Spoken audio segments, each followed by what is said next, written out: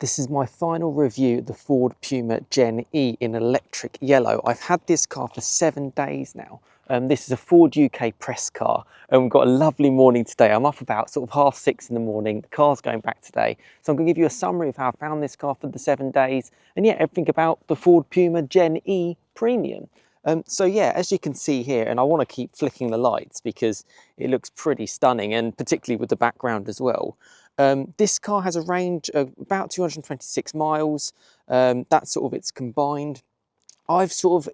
For me, it's been about 199 miles in sort of driving I've done. I've done a couple of hundred miles in this car. I've charged it the once too. I can't get over that background. You've got the contrast black roof, 19-inch alloy wheels, electric yellow paint, some of the options there.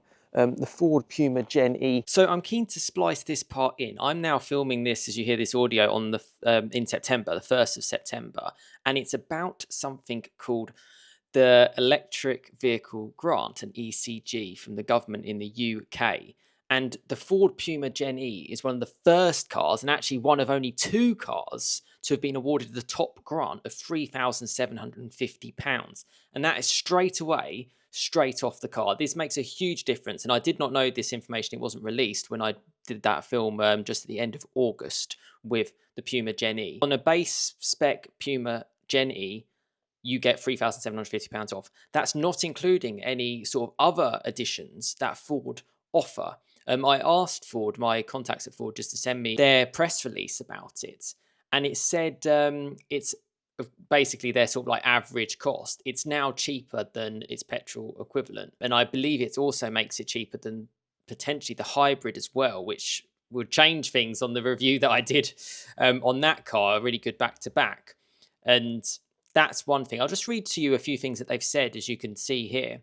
And it's the top grant that you can get. Government grant is £3,750. Complimentary wall charger and installation, £900. Up to 10,000 miles home charging credit, £217.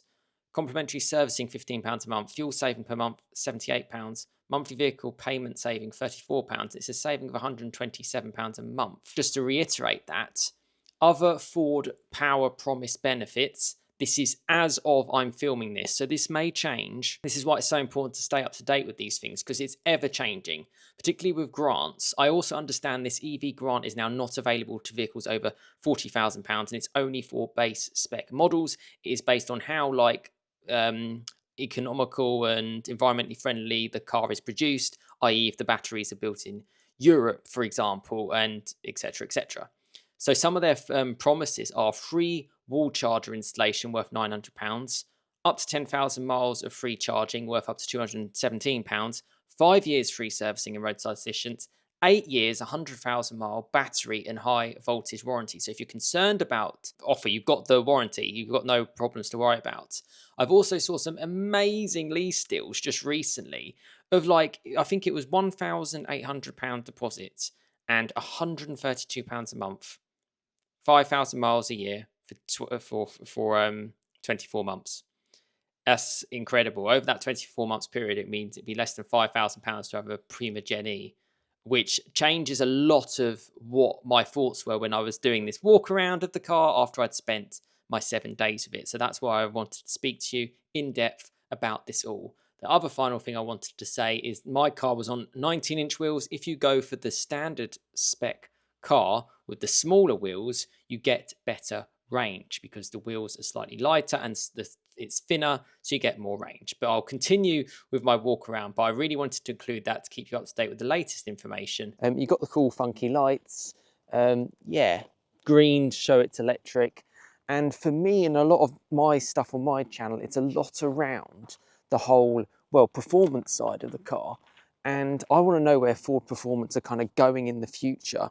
And that's kind of really why I kind of wanted to get my hands on this car, because I wanted to see what it was like as like a baseline and to kind of go things from there. But as we're at the back, I just want to show you some of the cool features, like the electric tailgate that you can just pop open here. You could easily get your bike in there. It's got this incredible gigabox storage, which camera will never do it justice, but it's huge. And you can also sort of like change the level on that. Electric tailgate, a very easy feature to have, and something that's not on much cars of like higher class and higher sort of price point as well. These cars can start just under £30,000. This particular car has a starting price of £32,000. This is as of August 2025 that I'm filming this. But with this car with its options, it's about £35,000. You can get discounts, and actually something that I found really, really interesting as I shut the boot is that I've seen this on the used market. Bear in mind, it's a 25 plate car, so it's only been out not that long. There's cars showing on Auto Trader used for about £23,000 for the Gen-E. There's like a couple of different trims you can kind of get. I'll show you. I'll start off a little bit in the back actually. It's a Ford. I'm just going to be blunt on certain things. A little bit plasticky in some areas. But yeah, if you want to get, it's a Puma. It hasn't changed its sort of shape or dimensions. The only thing that's really changed is the fact that you get a little bit more space in the boot because you don't get the exhaust, which is nice. Let's go inside, shall we? Inside. One of the negatives I found, this steering wheel is quite big. It's based off like the Explorer. It's not the end of the world, but for this size of car, it could be a little bit better. You've got the seats, which I love the sort of like the cream sort of touch, just lightens everything up. You get a nice Puma seal there. A lot of manufacturers skimp and don't have stuff like that. So that's nice. There's the transmission tunnel, as you can see. It's kind of got a little bit of like a floating area. The new Sync 4 navigation. And as we step inside on what is a really nice day, I'll share with you the exact specs because it's all here. Yeah, as you can see, 0 to 60 sort of 9 seconds, max speed 99 miles an hour. I found it plenty fast enough, but it runs out of puff. Once you sort of get above sort of like 45 miles an hour, it just seems to be struggling a little bit. That's just what I found. It's been a very comfortable car. With the batteries being quite low down, it's been quite interesting to drive. I've had a bit of a fun drive kind of coming up here. It just gives me, it makes me happy that this is sort of like, for me, and I mean, a bit of my early conclusions, this is probably the first electric car that I've sort of gone, yeah, it's getting there, it's getting there. And this car does weigh more than a standard Puma, but like a Puma hybrid, for example, that I tried, but it's far less than some of the other sort of electric cars. I mean, there's electric Tesla you might just be able to see over there. That'll weigh a lot more than this. But if we press the stop button just to get the initial sort of screen into life, press brake to start and bits. This is the infotainment. You've got plenty of drive modes to play around with. You've got normal, eco, sport. I quite like sport because I'm a sporty driver. Just changes the steering a little bit. This has all worked fine. I have not really had any issues. Yeah, on that side, it's got some cool features at the front. You've got your sort of range. And I guess that's the main thing that I've kind of learned. The range, well, yeah, 199 miles.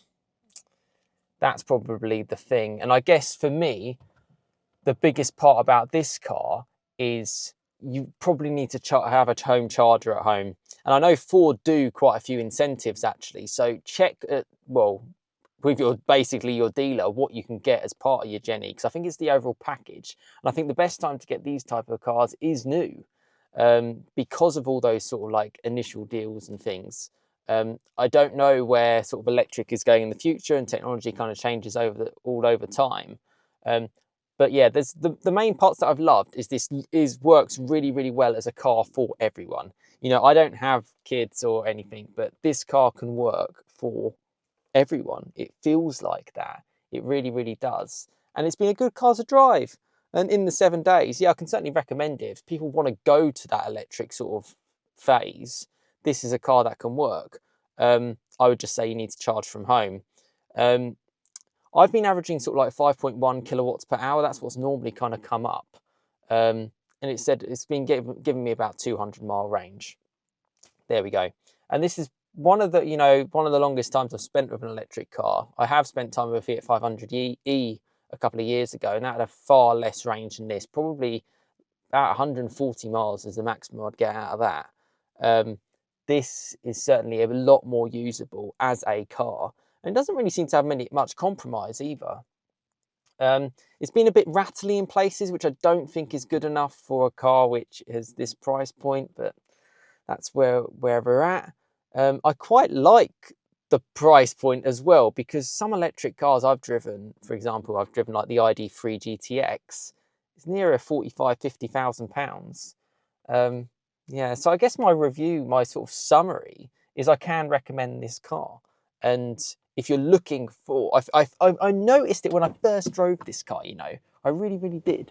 And I felt this was a car where Ford kind of nailed it. They nailed it in terms of what they, you know, they finally got there. It's a car I can recommend, and I want to see a performance.